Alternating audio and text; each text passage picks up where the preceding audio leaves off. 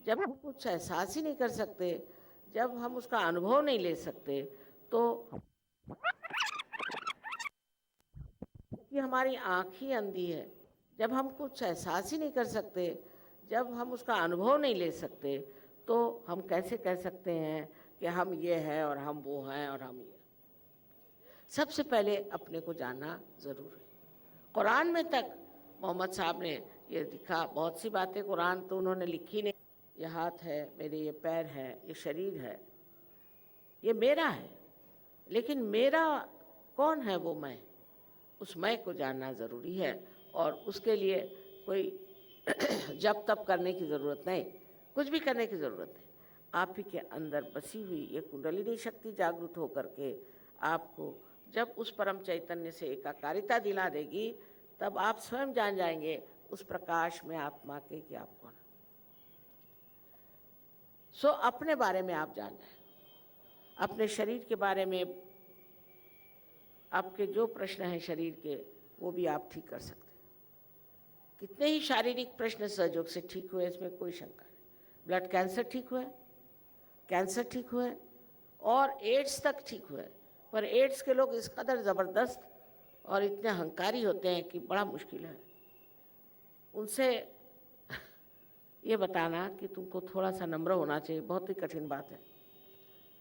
लेकिन इस तरह की अनेक बीमारियां आज सहयोग से ठीक हो रही हैं। उसमें आपको पैसा देना नहीं, कोई जाके अस्पताल में कोई तरह की जैसे डायग्नोसिस के लिए जान ले लेते वैसे कोई काम करने के नहीं। आपके उंगलियों पे पता चल सकता है कि आपको क्या बीमारी, आप खुद ही जानिएगा कि आपको क्या बीमारी। इस बीमारी का इलाज बहुत आसान है। बड़े मुश्किल से दिनों बाद वाशी में हमने एक क्यूरेटिव सेंटर बना दिया है। वहाँ जा कर के आप अपनी बीमारियाँ भी ठीक कर सकते हैं। पर बीमारी ठीक करना किस लिए अच्छे शरीर चाहिए। हमारे पास तो पहलवान आते हैं, कहते हैं माँ हमें आप शांति दीजिए, हमें अब बहुत हो गया, हमारे शरीर तो बहुत अच्छे हैं, लेकिन अब हमें शांति चाहिए। ये शांति आपको सिर्फ अपने को जानने के बाद हो जाएगी कि जब आप समझेंगे कि आप कितने गौरवशाली हैं, आप कितने वैभवशाली हैं और आप कितने शक्तिशाली हैं। उस वक़्त ये शांति आपके अंदर प्रस्थापित होगी और जो बेकार के विचार जो आपको रात दिन तंग करते हैं और तकलीफ़ देते हैं, वो सब खत्म हो जाएंगे। ये जो शांति आपको प्राप्त होनी है, इस शांति की बड़ी आवश्यकता है। उस शांति के बाद अनेक और चीज़ें आपको समझ में आती हैं कि आप में कितनी सृजनशीलता है, क्रिएटिविटी है। ऐसे ऐसे लोग जिन्होंने कभी भी कोई कविता नहीं लिखी, कभी भी उनके समझ में नहीं आया कि काव्य क्या होता है, वो एकदम बड़े बड़े कवि हो गए, बड़े बड़े वक्ता हो गए, ओरेटर्स हो गए, बड़े बड़े म्यूजिशियंस हो गए। तो जाने कहाँ से कहाँ लोग पहुँच गए हैं सहज में आकर। एक बात नहीं कि एक दो हुए, अनेक अनेक ऐसे हो गए। लेकिन मुश्किल यह है कि उसमें खोजने वाले जो हैं वो असली लोग होना चाहिए। जैसे मराठी में कहा है कि त्याला पाहिजे जातीचे। जो लोग वास्तविक में सत्य पे खड़े हैं और चाहते हैं कि हम केवल सत्य को प्राप्त करें, केवल सत्य, ऐसा सत्य नहीं कि मैंने कुछ कहा तो आपने कुछ कहा, नहीं, केवल सत्य माने ये कि सब लोग जब इसे प्राप्त करते हैं तो एक ही बात करते हैं, एक ही बात कहते हैं। जैसे आप छोटे 10 बच्चों को बिठा दीजिए, उनकी आंखें बांध दीजिए और उनसे पूछे कि ये जो आदमी सामने, इसको क्या बीमारी है, तो वो सब एक ही उंगली उठाएंगे या 2 उंगलियां उठाएंगे, सब एक जैसे, क्योंकि सबको वही चीज़ महसूस होगी, वही अनुभव होगा जो सत्य है। अगर एक आध आदमी, आपके आजकल तो ऐसे बहुत निकल आए हैं, जहाँ देखो वहीं उनके इश्तहार लगे हुए हैं, बाबा जी लोग, बाबा जी भी हैं और बहुत से बीबी जी भी हैं, सब दूर दुकानें खोल रखी। ज़्यादा दूर जाने की ज़रूरत नहीं, अगर किसी ने दुकान खोली तभी समझ लेना चाहिए कि माँ चोर है। लेकिन अगर आपको पता लगाना है तो सहयोग से आप पता लगा सकते हैं अपने हाथ इस तरह करके कि ये जो आदमी अपने को बड़ा भारी साधु संत कहता है ये है या नहीं। एकदम आपको उंगलियों पे पता चल जाएगा कि इस आदमी के कौन से चक्र पकड़ रहे हैं और ये कितना झूठा आदमी। बहुत से लोग तो जेल से छूट के आते हैं, अगर उधर यूपी में जेल से छूटे तो गेरुआ वस्त्र पहन के यहाँ आएंगे और यहाँ से छूटेंगे तो उधर चले जाएंगे। इतना बड़ा देश है, किसको क्या पता। और सब बाबा जी बन के घूमते हैं और ऐसे बाबा जी के पीछे अनेक लोग लगे हुए हैं। लोगों को लगता है अब अपने पास पैसा, चलो बाबा जी के पास चलें और कुछ उनसे प्राप्त करें। आप पैसे से कैसे खरीद सकते हैं भगवान को? क्या पैसा समझ में आता है क्या? आप ही सोचिए, अकल काल का कोई आदमी आपसे पैसा मांगता है तो चलो भाई पैसों से ही मिल जाए तो क्या है। ये चीज़ पैसों से नहीं मिल सकती, ये पैसों से परे अपने अंदर बसी हुई आप ही की अपनी शक्ति से प्राप्त हो सकता है। और इसको प्राप्त करना आपके लिए बहुत आसान है। ये आपकी अपनी शक्ति है, इसके लिए कहीं उधार मांगने की ज़रूरत नहीं, कुछ उसके लिए कोई आपको सर्टिफिकेट लेने की ज़रूरत नहीं। आप ही स्वयं इसको प्राप्त करके और आप ही जानिएगा कि आपने इसे प्राप्त किया। इस संस्कृत में कहा है, नहीं कस्तूरी का मोदा शपथे न विभाव्यते। माने जब कस्तूरी सामने रखी जाए तो थोड़ी कसम खानी पड़ती कि ये कस्तूरी है, उसका तो सुगंध आता ही। इसी प्रकार जब आप आत्म साक्षात्कार को प्राप्त करते हैं तो आपके अंदर खुद ही इसकी जागृति होती है। आप जानते हैं कि आपने आत्म साक्षात्कार प्राप्त कर लिया। किसी और के सर्टिफिकेट की कोई ज़रूरत नहीं, पर इसके जो प्राप्त करने के बाद जो कुछ आपको लाभ होता है वो अनगिनत है, अनगिनत है। जैसे मैंने कहा कि पहले तो शारीरिक लाभ, फिर मानसिक, मनुष्य शांत हो जाता है। अब शांति के लिए न जाने दुनिया में कितनी लोग बातें करते हैं, शांति होनी चाहिए, शांति। अरे कैसे होगी शांति? जब तक आप स्वयं अंदर से शांत नहीं होंगे, शांति कैसे हो सकती? जो मनुष्य कहते हैं कि हम शांति करने आए हैं, शांति का पाठ करने आए, खुद उनमें शांति नहीं। ऐसे लोगों के पास शांति देने का या शांति के लिए कोई इनाम लेने का कोई अधिकार नहीं। अब हमें जानना चाहिए कि शारीरिक, मानसिक, बौद्धिक हर तरह के हमारे प्रश्न सब ठीक हो जाते। तो किसी ने हमसे पूछा कि माँ आपका जो आर्थिक प्रश्न है वो भी ठीक हो जाएगा? मैंने कहा क्यों नहीं, आर्थिक प्रश्न भी ठीक होता। आर्थिक प्रश्न का सबसे बड़ी चीज़ है समाधान। आपको आज एक समझ लीजिए चाहिए हो कि आप कहेंगे चलो मैं मोटर खरीदूँ, मोटर खरीद ली, समाधान नहीं। उसके बाद फ़ौरन मुझे घर खरीदना, घर खरीद लिया तो भी समाधान नहीं। समाधान आपको मिलना ही नहीं है, क्योंकि जैसे कि अर्थशास्त्र में लिखा है, इकोनॉमिक्स में लिखा है कि मनुष्य की जो इच्छाएं हैं वो सामान्य तरह से सर्वसाधारण कभी तृप्त नहीं होती। आज एक है तो दूसरी, दूसरी है तो तीसरी, तीसरी चौथी। लेकिन इसके बाद समाधान आता। समाधान माने ये कि आज मैंने सोचा कि चलो आज सबसे मिल लें, देखा कि सामने से चले आ रहे हैं, जिससे मिलना है वो सामने ही चले आ रहे हैं। अरे भाई मैंने तो सोचा था कि आप दिल्ली में, नहीं नहीं मैं तो कल ही यहाँ आया था और आपसे मिलने चला। कोई भी चीज़ आपकी ज़रा सी भी इच्छा हो वो फौरन आपके साक्षात हो जाए। ये कमाल है, इसी को चमत्कार लोग कहते हैं। मैं इसे चमत्कार नहीं मानती हूँ। जो चारों तरफ फैली हुई ये शक्ति है, इतनी शक्तिशाली, इतनी सूझबूझ वाली और इतनी प्यार करने वाली शक्ति है कि ये सब चीज़ का इंतज़ाम पूरा करे। इस शक्ति के कारण आप पूरी तरह से अभय आपके अंदर है। कोई आपको छू नहीं सकता, कोई आपको सता नहीं सकता। जो सताएगा वही उसी के मात होगी। आपको आश्चर्य होगा कि पल पल आपको नजर आएगा कि किस तरह से ये शक्ति आपके साथ कार्य कर रही है। मैं आपसे झूठ नहीं बोल रहा, ये बिल्कुल सच बात है कि इस शक्ति में उतरना बहुत ही आवश्यक है। क्योंकि अगर ये आप ही की है, जब आप ही को इसे प्राप्त करना है, तो फिर आप मना क्यों करते? तब आप में इतनी सूझबूझ क्यों नहीं? तब आप में इतनी समझ क्यों नहीं कि जो हमारा है उसे हम क्यों न प्राप्त करें? जो हमारी संपत्ति है हम उसे क्यों न प्राप्त करें? दूसरी बात जो होती है वो ये कि आपका चित्त एकदम शांत हो जाता है और उस चित्त में प्रकाश आ जाता है।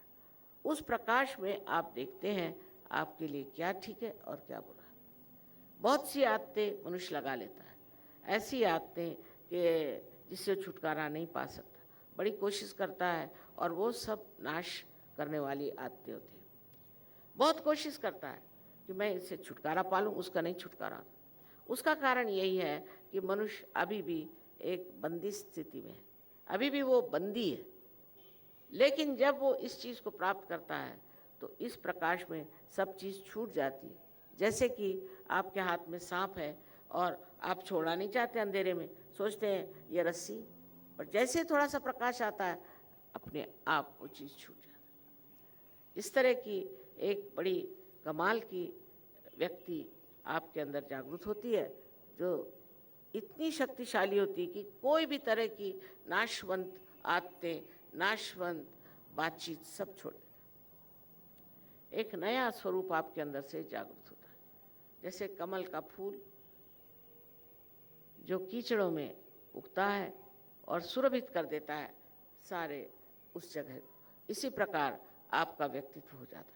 यह आपके अंदर सब निहित है, आपके अंदर सब ये चीज़ें हैं। इसको प्राप्त करने के लिए सिर्फ आपके अंदर शुद्ध इच्छा चाहिए। जब आप इस शुद्ध इच्छा को करें कि हमें भी यही चीज़ प्राप्त करनी जो हमारे अंदर अपनी है, उसे हमें प्राप्त करना है, तो ये सब घटित होता है। ये चित्त इतना आलोकित हो जाता है कि जहाँ आपका चित्त जाएगा वहाँ कार्यान्वित होता है। जहाँ आप देखेंगे वहीं वो होगा। जैसे आप टेलीविज़न देख रहे हैं, तो मान लीजिए टेलीविज़न में कोई व्यक्ति कुछ कह रहा है, वो कह रहा है पर उसका कहना कोई असर नहीं रखता, उसका कोई परिणाम नहीं होता, आप देख रहे हैं।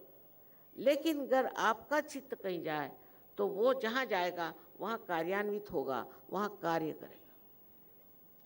और आप आश्चर्य करेंगे कैसे हो गया, इतने जल्दी कैसे घटित हो गया? क्योंकि ये जो सर्व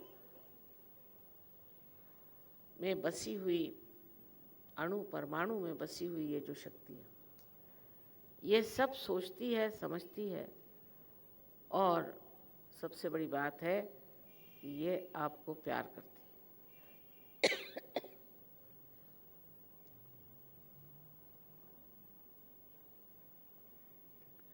ये प्रेम की शक्ति, और ये प्रेम की शक्ति आपके अंदर जागृत होते ही आप अनुकंपा से बढ़ जाते। इसकी बात अनेकों ने की कि आपके अंदर अनुकंपा लाई, लेकिन ऐसे कहने से किसी के अंदर अनुकंपा नहीं आती, कुछ भी कहने से नहीं आती। उल्टे मैंने देखा है कि बहुत से लोग जो बहुत ज़्यादा तप जप करते हैं और बहुत ज़्यादा धार्मिक बनते हैं, बड़े गुस्सैल होते हैं, उनमें बड़ा क्रोध होता है, उनसे दूर ही रहना चाहिए, क्योंकि वो जो कर रहे हैं उसमें उनमें शक्ति अभी ऊपर से आई नहीं। जैसे समझ लीजिए कि एक टेलीफोन है और उसे हम घुमा रहे हैं खूब, वो टेलीफोन ही खराब हो जाएगा। अगर उसका कनेक्शन ही नहीं तो आप टेलीफोन किसे कर रहे हो? इसी प्रकार हमारे सारे ही कार्यों में कोई मतलब नहीं रह जाता। जैसे कि ये एक इंस्ट्रूमेंट है और इसका संबंध अगर मेन से नहीं हो तो इसका कोई उपयोग नहीं, इसका कोई अर्थ नहीं। इसी प्रकार हमारे भी जीवन का कोई अर्थ नहीं निकलता। जब हमारे जीवन का कोई अर्थ ही नहीं निकलता है तो हम चाहे जो कर लें। इस देश में कम से कम परंपरागत हम लोग धार्मिक, इस देश में हम लोग समझते भी हैं कि हमें आत्म साक्षात्कार पाना ज़रूरी। हमारे अंदर बहुत सी बातें ऐसी हैं जो हमें एक मार्ग में, एक सूत्र में बांधती है। लेकिन और देशों में जाइए तो अजीब अजीब लोग काम करते हैं, जिससे कि ऐसा लगता है कि इनको मालूम नहीं ये कौन है। जैसे बाल सब काट लेंगे, कहीं यहाँ से तुर्रे निकाल लेंगे, कहीं कुछ अजीब से कपड़े पहन लेंगे, कहीं कुछ समझ में नहीं आता। औरतें आदमी जैसे कपड़े पहनेंगे, आदमी औरतों जैसे कपड़े पहनेंगे। वो सोचते हैं ये सब करने से वो कोई विशेष हो जाए। उससे कोई विशेष क्या होना है, ये तो सिर्फ पागलपन है। और वो भी ऐसा पागलपन कि अब क्या करें और कैसे अपने को स्थापित करें कि हम कोई चीज़ है। यहाँ तक है कि जो देश बहुत समृद्ध है, ऐसे देश जो कि हम कहते हैं स्वीडन है, स्विट्ज़रलैंड है, और इस तरह के जो देश हैं, वहाँ के जो जवान लोग हैं, जवान क्या 40-40 साल के तक लोग वहाँ पर आत्महत्या कर रहे हैं। इतना पैसा है, सब कुछ है, आप आत्महत्या क्यों कर रहे हैं? वहाँ से लोग आते हैं कभी कभी लंदन में मुझे मिलने, तो मुझे कहले माँ ये बताओ कि हमारा मन करता है हम आत्महत्या करें। हमने कहा क्यों? कहले जीना किस चीज़ के लिए, हमें क्या करना है, जी करके क्या करना है? ये तो सभी लोग इस तरह से जी रहे हैं, हम ऐसा जीना नहीं चाहते। हमारा क्या महत्व है, हमारी क्या ज़रूरत है, इससे अच्छा हम मर जाना चाहते हैं। जहाँ की ये चरम सीमा पर पहुँच गया है ऐश्वर्य, जहाँ लोग सोचते हैं हमारे पास बहुत कुछ आ गया, अब हमें नहीं चाहिए, बहुत हो गया, तभी ये तत्व हमारे अंदर जागृत होता है जहाँ हम खोजते हैं। और खोजने का जब तत्व शुरू हो गया, उसे हम कहते हैं कि यही अब एक साधक होगा। ऐसे बाहर बहुत ज़्यादा साधक है, इसमें कोई शक नहीं, पर यहाँ से आपने बहुत सारे गुरुओं को एक्सपोर्ट कर दिया, उनको खा रहे पी रहे, उनको बेवकूफ़ बना रहे। लेकिन आप हिंदुस्तानी, आपको सोचना चाहिए कि हिंदुस्तान वास्तव में एक महान योग भूमि।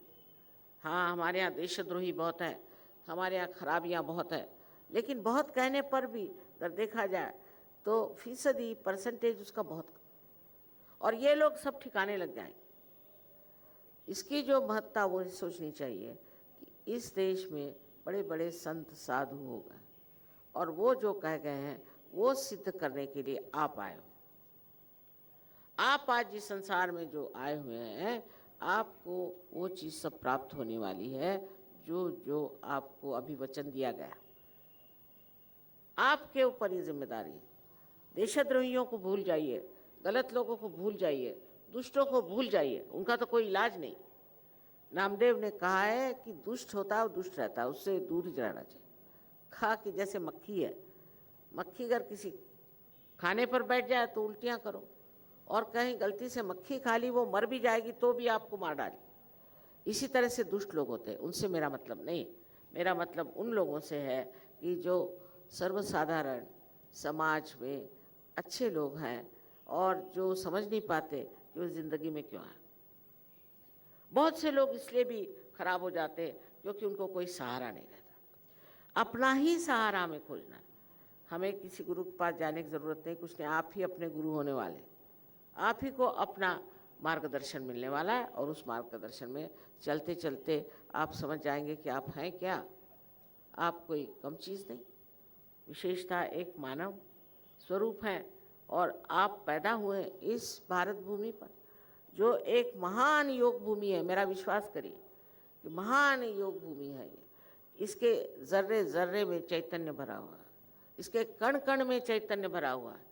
और जब आप जागरूक हो जाएंगे तो आप समझ जाएंगे कि आज जिस पृथ्वी पर आप बैठे हैं, ये पृथ्वी कितनी महान है, और इस महानता के जो आप एक उसमें नागरिक हो गए हैं, इसका कारण आपने भी कुछ बहुत पुण्य कर्म किए हैं, नहीं तो यहाँ जन्म होना आसान है।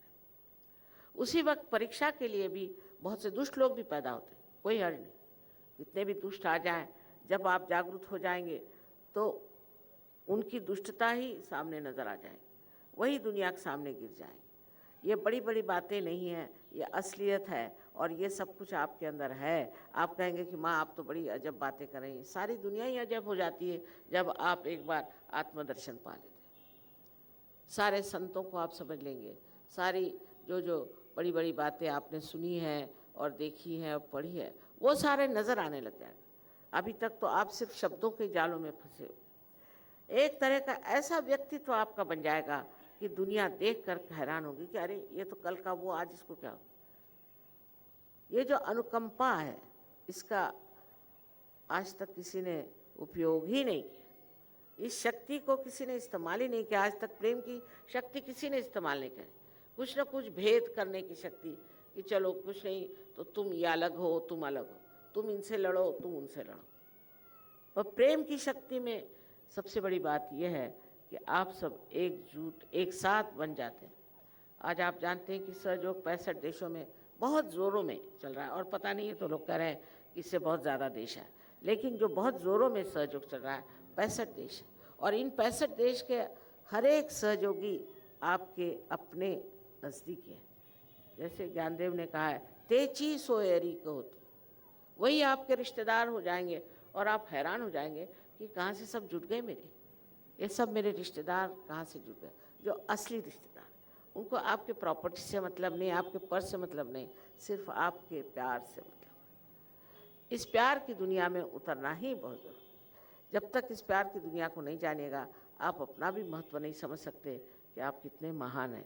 इस प्यार की जो शक्ति है, उससे आप सारे संसार को समेट सकते हैं, क्योंकि आपके अंदर एक नई चेतना जागृत होती है, और उस चेतना को हम सामूहिक चेतना कहते हैं, कलेक्टिव कॉन्शियसनेस, जिससे कि आप दूसरों को महसूस कर सकते। जैसे कोई आदमी आपके सामने आ जाए, वो तबीयत, अभी जैसे ये महाशय आए थे, फ़ौरन मैं समझ गई इनको क्या तकलीफ, पर वो मचलने लग गए, आफत करने लग गए, नाटक करने, कोई ज़रूरत नहीं। मैं समझ गई इनको क्या तकलीफ़ है, और वो तकलीफ़ ठीक हो सकती है यहाँ मचलने से नहीं, सहयोग करने से। सहयोग करें तो उनकी तकलीफ़ें सारी दूर हो जाए। लेकिन वो यहाँ नाटक करने आए थे, करने दें, लेकिन उससे कोई फ़ायदा नहीं होगा। फ़ायदा होगा जब आपकी कुंडलिनी जागृत हो करके आपको इस परम शक्ति से एकाकारिता दे। मेरी बातचीत, भाषण से भी फ़र्क नहीं पड़ेगा, फ़र्क पड़ेगा सिर्फ इस घटना से। इसको एक्चुअलाइजेशन कहिए, इसका साक्षात होना चाहिए। जब इसका साक्षात होगा तभी आपको अपना भी साक्षात होगा, और आप समझ लेंगे कि आपको मैं जो बात बता रही हूँ वो एकदम बिल्कुल सत्य है।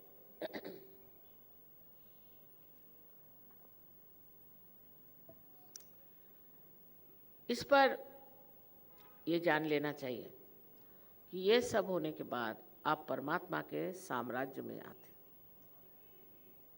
परमात्मा का साम्राज्य पूरी तरह से अलौकिक है, और उसका कार्य इतना सुंदर और इतना मज़ेदार होता है। जिस तरह से नाटक खेलते, उस तरह से उनके साम्राज्य में ये परम चैतन्य जो है ये कार्यान्वित होता है।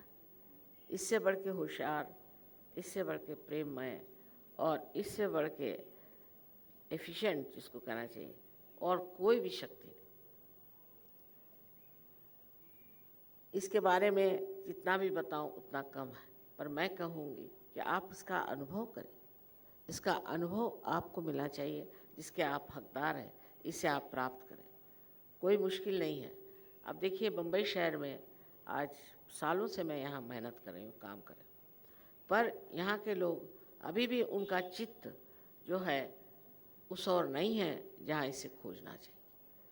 उनका चित्त और जगह, इसलिए चल भी चल रही थी। पर जहाँ जहाँ इसमें चित्त लोगों का लगा हुआ, और जिन्होंने सोचा है कि इसको प्राप्त करना ही पहली बात है और उसके बाद देखा जाएगा बाकी, वो लोग बहुत गहरे उतरते, और उनको अनेक लाभ हुए, अनेक लाभ हुए। और ये लाभ से भी बढ़ के सबसे बड़ा लाभ ये है कि आप आनंद के सागर में डूब जाते।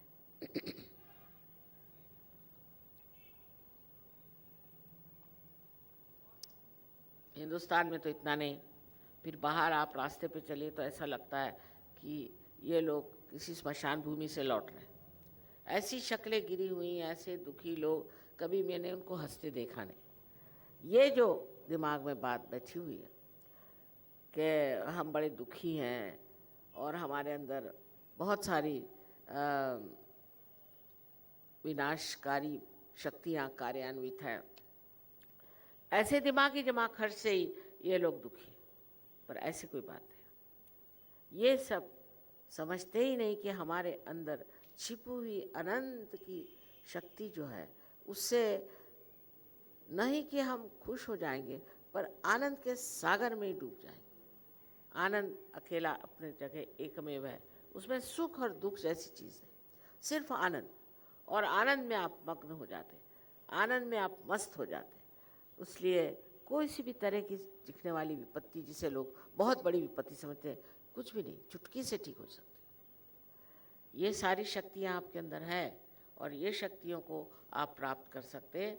उसके लिए कोई मेहनत करने की ज़रूरत नहीं, उपास तपास करने की ज़रूरत नहीं, कुछ करने की ज़रूरत नहीं। पिछली मर्तबा भी यहाँ प्रोग्राम हुआ था, बहुत से लोग आए थे और बहुतों ने इसे प्राप्त किया।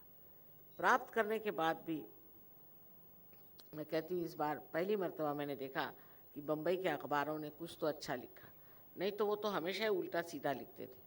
पहली मर्तबा अखबारों के दिमाग खुले और उन्होंने लिखा कि बहुत लोगों ने हाथ ऊपर किए और बहुत लोगों को ये अनुभूति। उसके बाद बहुत से लोग आए भी, और अब भी हम लोग एक पूरी तरह की व्यवस्था किए हुए हैं कि ये होने के बाद भी जैसे कोई चीज़ अंकुरित हो गई तो इसको आगे बढ़ाने के लिए भी हमारे पास यहाँ सेंटर्स हैं। ये ऐसा नहीं कि इंट्रोडक्शन लेक्चर हो गया उसके बाद आपको पैसा देना, बिल्कुल पैसे से कोई मतलब नहीं। आप जाइए और अपने को एक वृक्ष के समान वृद्धिंगत करिए, बढ़ाइए। ये बहुत आसान चीज़ है, उसके लिए पैसा कौड़ी देने की कोई बात ही नहीं है। हाँ, अब जैसे यहाँ पर है, ये इलेक्ट्रिसिटी को पैसा दिया गया होगा या कुछ और चीज़ों को दिया गया होगा, दूसरी बात है, पर आपके आत्म साक्षात्कार और आपका आत्मोत्सर्ग, अपने आत्मा के जो प्रकाश है उसको अपनी चेतना में बढ़ाने के लिए आपको कोई पैसा देने की, वो तो अपने आप ही बढ़ता है। इसीलिए ये अत्यंत शुद्ध जो आपके अंदर चीज़ है वो है आपकी आत्मा, इसे आप प्राप्त करें। आज तक वो एक साक्षी स्वरूप होकर ही बैठे हुए थे, देख रहे थे, अब वो आपके चित्त में आ जाए और उसको आते ही आपकी उत्क्रांति की जो स्थिति मनुष्य की है वो अति मानव की स्थिति में पहुंच जाए। ये बिल्कुल झूठ बात नहीं है और ये होने का समय आ गया है। इसमें हो सकता है कि अगर कोई आपको बीमारी हो या कोई आपके दिमाग में और फितूर हो या कोई गुरु ने आपकी थोड़ी कुंडलिनी खराब की हो, तो हो सकता है कि आज ही जागृति न हो, कोई हर्ज नहीं। पर आज तक मैंने देखा नहीं कि सहयोग में कोई आया हो और वो कहता हो कि नहीं हुई कोई चीज़। एक दो बार आपको आना पड़ेगा सेंटर्स पे।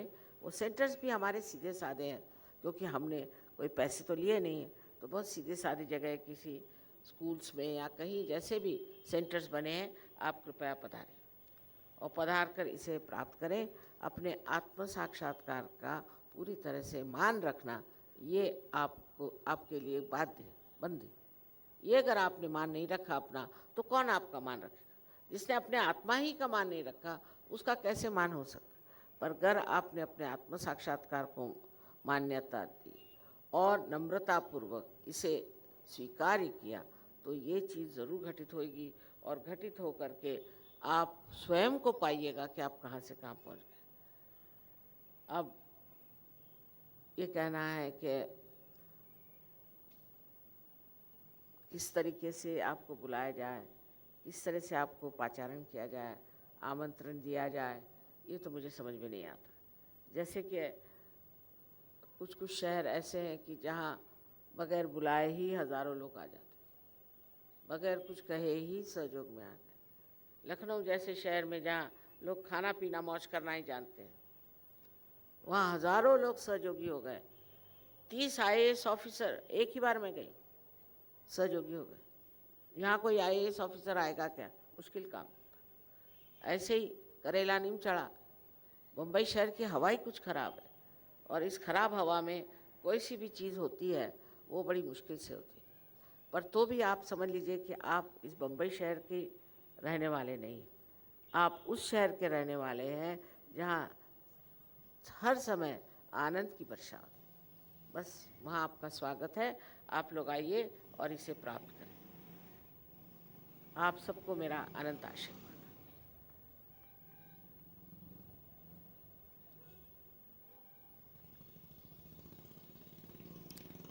अब कुंडलिनी के जागरण का कार्य ज़्यादा से ज़्यादा 10 मिनट लगते हैं, उससे ज़्यादा नहीं।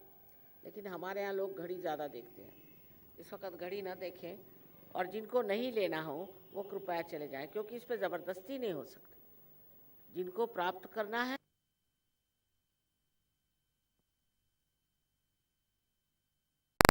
हमें जागरूक कर दो, तो कभी नहीं। आपकी कुंडलिनी स्वयं ही ऐसे उद्दाम इंसान की कुंडलिनी कभी नहीं खड़ी। इसलिए नम्रतापूर्वक इस चीज़ को प्राप्त करें, और जैसे ही आपने नम्रतापूर्वक इस चीज़ को मांगा है, आपकी अपनी ही शक्ति आपको मिल जाएगी। इसका डिस्कशन या इसके बारे में विचार करने से कुछ नहीं होगा, क्योंकि हमें तो विचारों से परे जाना है। इस वक्त विचार करने से ठीक नहीं है। आपको ये भी नहीं कि आप विचारों को रोकिए, कुछ नहीं मैं कह रही, पर अपने आप आपके विचार रुक जाएंगे। इसलिए कृपया सिर्फ मन में ये इच्छा रखें कि ये हमारे साथ घटित होना है, और हम चाहते हैं, शुद्ध इच्छा हमको यही है कि हम अपने आत्म साक्षात्कार को प्राप्त करें।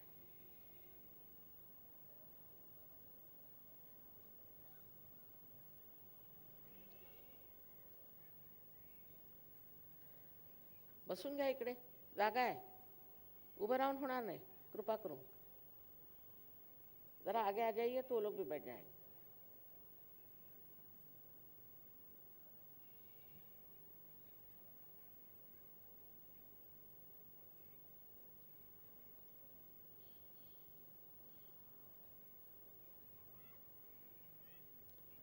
देखिए, भारतवर्ष की कमाल ये है कि हिंदुस्तान में 10 मिनट में जागृति होती है और परदेश में तो मेरे हाथ टूट जाते हैं, घंटों जागृति नहीं होती, पर जब होती है तो जमते अच्छे हैं।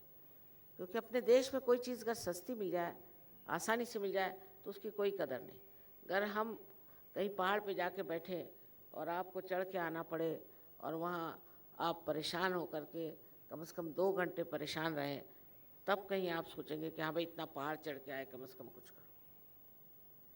लेकिन बात यह है कि आजकल का ज़माना जो है ये बहुत समय नहीं देता है, इसलिए ये सहज में ही जल्दी घटना होने वाली है, इसकी ज़रूरत है।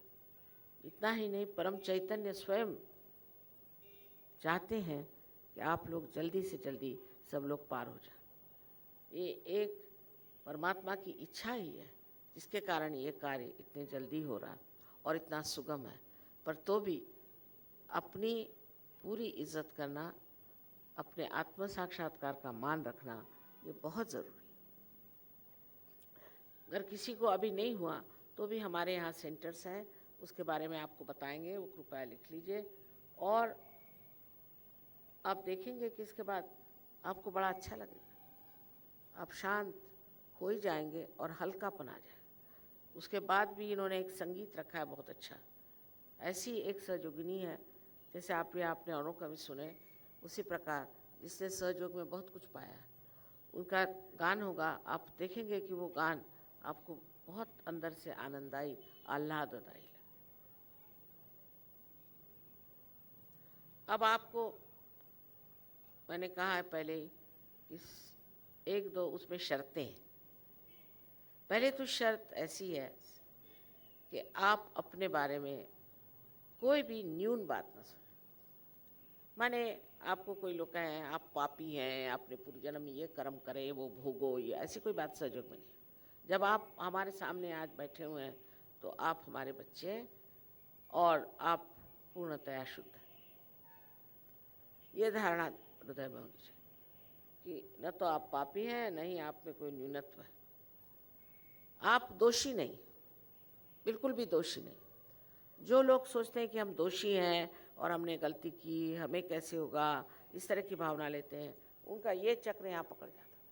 और इस चक्र के पकड़ने के कारण आपको अनेक बीमारियाँ हो सकती है, जैसे स्पॉन्डिलाइटिस है, अंजाइना है, और शरीर के जितने भी ऑर्गन्स हैं वो भी बिल्कुल आलसी हो जाते हैं, लिथार्जिक हो जाते हैं। इसलिए ऐसी चीज़ जो कि हो चुकी, गलती हो गई होगी, उसको आज लेकर बैठने की क्या ज़रूरत है। इस तरह की मिथ्या चीज़ को लेकर के आप अपने को दुख कर दे रहे हैं, तो मेहरबानी से आप अपने को माफ़ कर दीजिए। अपने प्रति एक प्रसन्न चित्त होना चाहिए, अपने प्रति एक आदर। मैंने आपसे पहले ही बताया कि मैं आपका आदर करती हूँ, मैं आपसे प्रेम करती हूँ। इसी प्रकार आपको भी अपने साथ आदर का ही भाव रखना चाहिए और उसी तरह से प्रेम का भाव। तो प्रसन्न चित्त होकर बैठे। दूसरी बात जो कहने की है वो ये कि जैसे आप अपने को क्षमा करते हैं, आप दुनिया भर को क्षमा करते हैं। क्योंकि आप दूसरों को क्षमा करिए या ना करिए, आप करते कुछ नहीं वैसे देखा जाए तो लेकिन हम इस मामले में कुछ विचार ही नहीं करते कि क्यों हम किसी को माफ़ नहीं करते। जब हम दूसरों को माफ़ नहीं करते हैं तो हम अपने को छलते रहते हैं, और जिसको माफ़ करना होता वो तो आराम से बैठा हुआ। इसलिए सबको एक साथ माफ़ कर देना है, ना उनके बारे में सोचना है, क्योंकि उनके बारे में सोचना भी एक बड़ा भारी सरदर्द है। इसलिए कृपया सबको एक साथ आप क्षमा करें। सबको एक साथ आप क्षमा करें। जब आप सबको एक साथ क्षमा कर देंगे, आपको आश्चर्य होगा कि आपको बहुत अंदर से हल्कापन आएगा। बेकार का बोझा आप ढो रहे हैं, इसलिए सब दुनिया को आप एक साथ क्षमा करें, उससे बड़ा फायदा होगा। उससे ये जो चक्र आपका आज्ञा चक्र है, ये इस तरह से बंधा हुआ बिल्कुल संकीर्ण है, इसके अंदर से कुंडलिनी जा ही नहीं सकती, लेकिन माफ़ करते ये खुल जाता है और खुलते ही साथ इसमें से कुंडलिनी आसान है जाए। इन दो चक्रों के कारण बहुत बार जागृति नहीं होती, इसलिए मैंने आपसे विनती की है कि आप अपने को क्षमा करके ये चक्र को खोल दें और सबको क्षमा करके ये चक्र थोड़ा सा भी खुल जाए, ठीक है, फिर कुंडलिनी खुद ही से खोल देगी। नहीं तो उसको लड़ना पड़ेगा, उसको आकर के धक्के देने पड़ेंगे। इसलिए उसका कार्य सरल होने के लिए, सहज होने के लिए आप इतनी दो चीज़ें करिए कि आप अपने को माफ़ करिए और दूसरों को माफ़ कर दीजिए, मन से, हृदय से। दूसरी बात है कि बेहतर है आप अपने चप्पल जूते उतार दें और ज़मीन पर, क्योंकि इस ज़मीन की महती मैंने आपको बताई है, पैर रखें। जो लोग ज़मीन पर बैठे ठीक है, पर चप्पल जूते उतार लें तो अच्छा।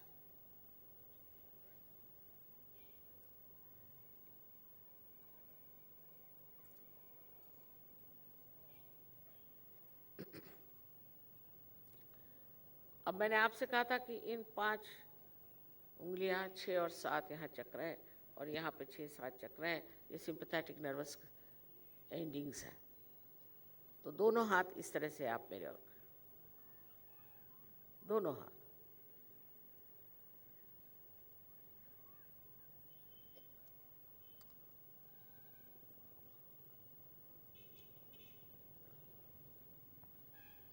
बहुत से लोग कहते हैं कि मेस्मरिज्म, अगर मेस्मरिज्म से आदमी अगर इतना अच्छा हो जाता तो कोई बुरी बात नहीं, किंतु मेस्मरिज्म में लोग आँखों से आँखों में डाल के करते हैं। मैं तो आँख बंद कर लेती हूँ और आप भी आँख बंद करेंगे, दोनों हाथ मेरी ओर।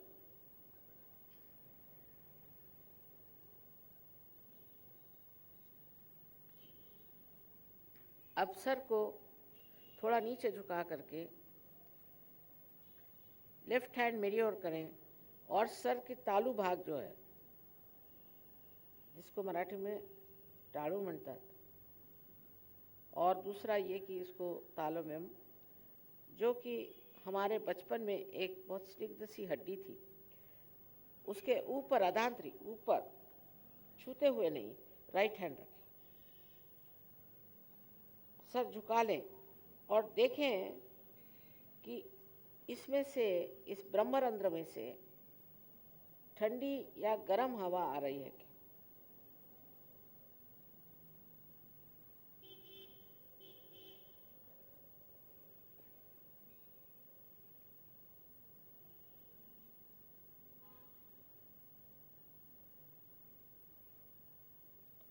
शंका नहीं करने की। इस वक्त देखिए एक पत्ती नहीं हिल रही कहीं, लेकिन अगर आपके सर से आ रही। अब मेरे और राइट हैंड और सर को झुका लें और लेफ्ट हैंड से देखें कि इस तालु भाग से, जिसे कि फॉन्टेनेल बोन एरिया अंग्रेजी में कहते हैं और अध्यात्म में ब्रह्मरंध्र कहते हैं, देखिए कि ठंडी या गर्म हवा आ रही है क्या? जैसे आदि शंकराचार्य ने वर्णन किया है, सलीलम सलीलम, ठंडी ठंडी।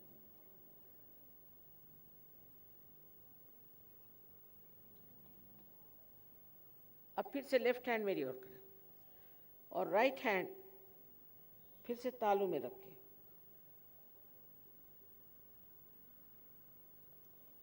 कभी आगे होता है, कभी पीछे होता है, किसी किसी को बहुत ज़्यादा आती है तो दूर तक आती, जेट के जैसे। कहीं पर से भी ठंडी या गर्म हवा, लहरियों जैसी चैतन्य लहरियाँ निकलती हुई अपने ही तालू से नजर आ रही है।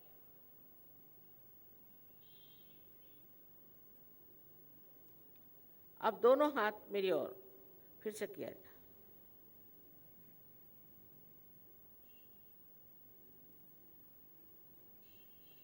और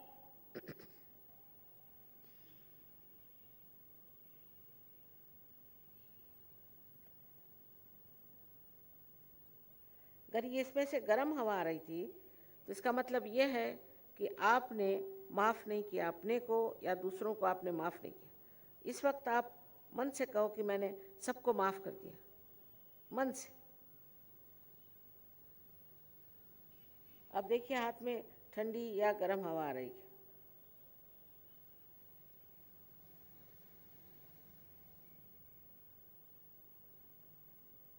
अब आप मेरी ओर देखिए और निर्विचार हो जाइए, विचार मत करिए। आप कर सकते हैं अगर आप शंका न करें, प्रयत्न करें निर्विचार होने का।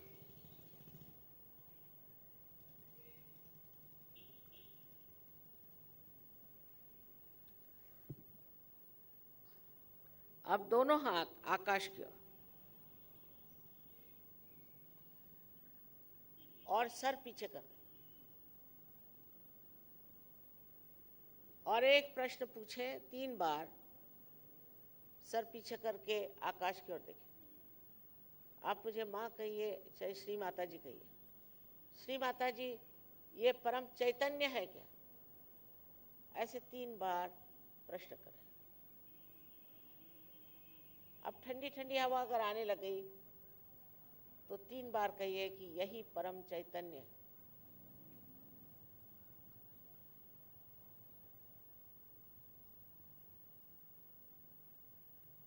तीन बार। अब हाथ नीचे करें। अब फिर से मेरे और दोनों हाथ करके और निर्विचार होइए। किसी किसी को नीचे से ठंडी हवा आएगी, उसको उठा के और ऊपर ले आए।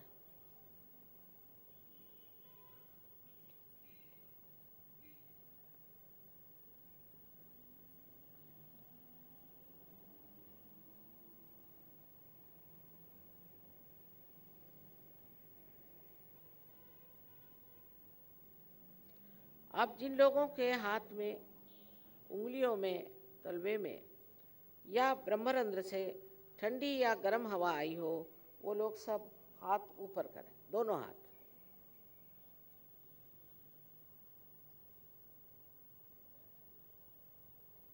सारे बम्बई के जितने लोग आज यहाँ हैं और बाहर से आए, सबको मेरा नमस्कार।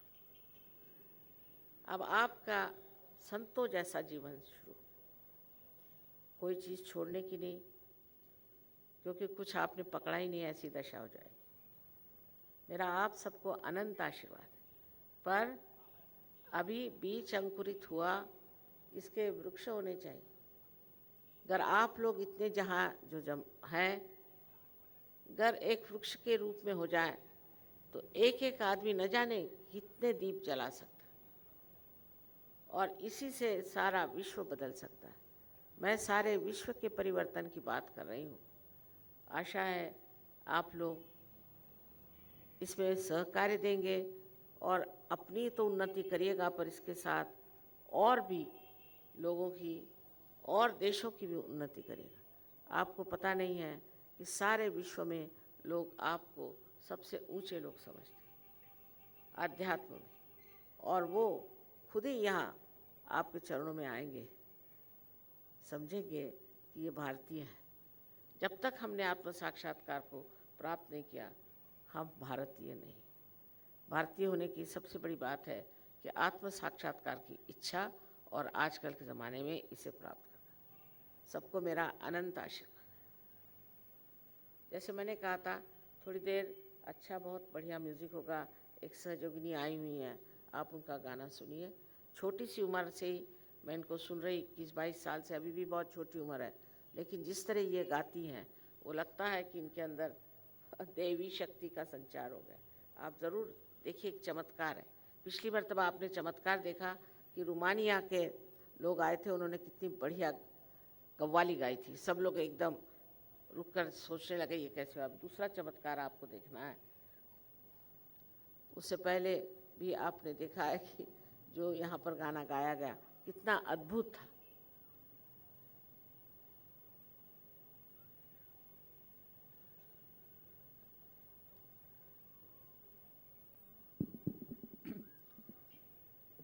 अभी जैसा कि आपको बताया गया है कि आप सब लोग आपको आपका आत्म साक्षात्कार मिल चुका है, लेकिन ये तो सिर्फ पहला चरण है।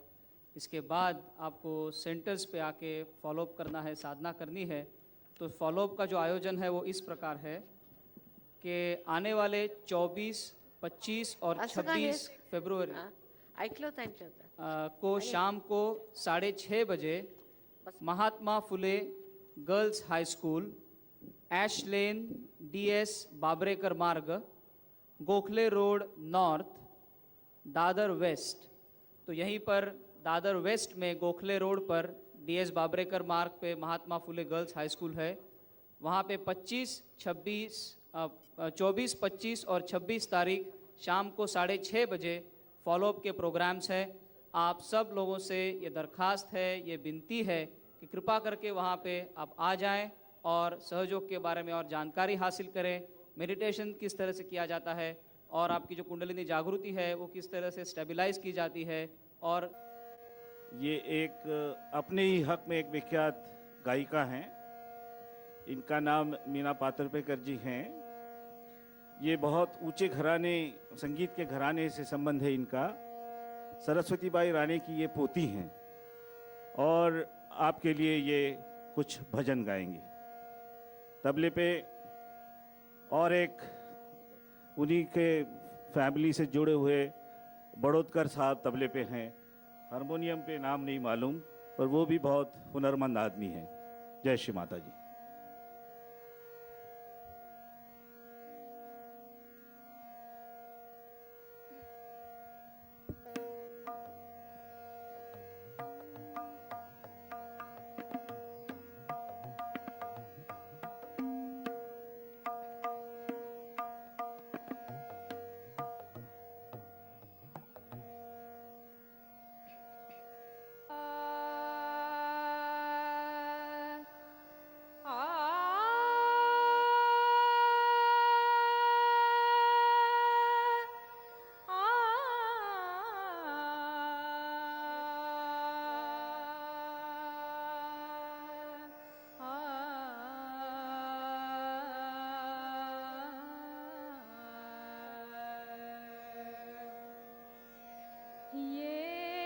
जीवन अनमोल बंदे, ये जीवन अनमोल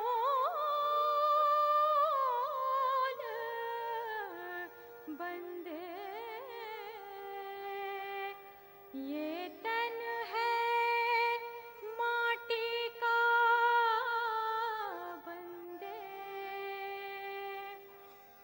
माटी में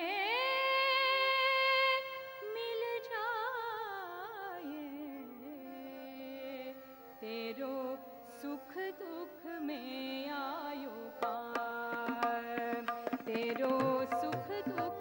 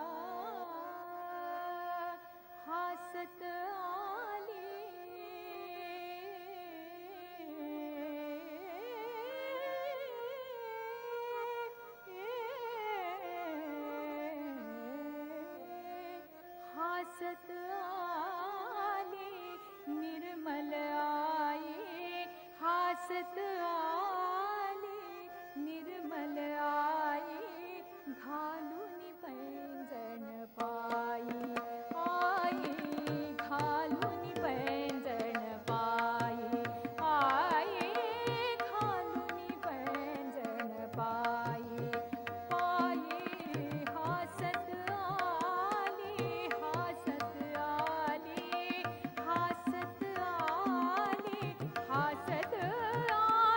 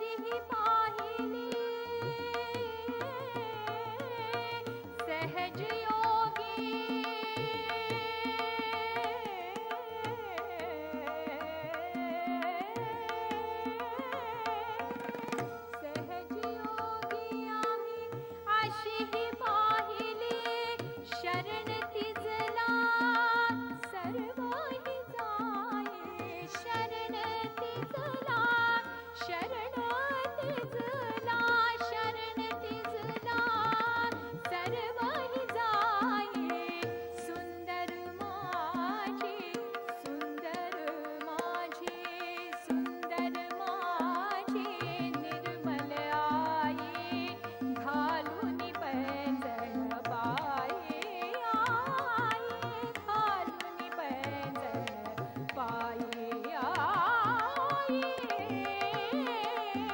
घालून पैंजण पाये आये हासत आले हासत आले हासत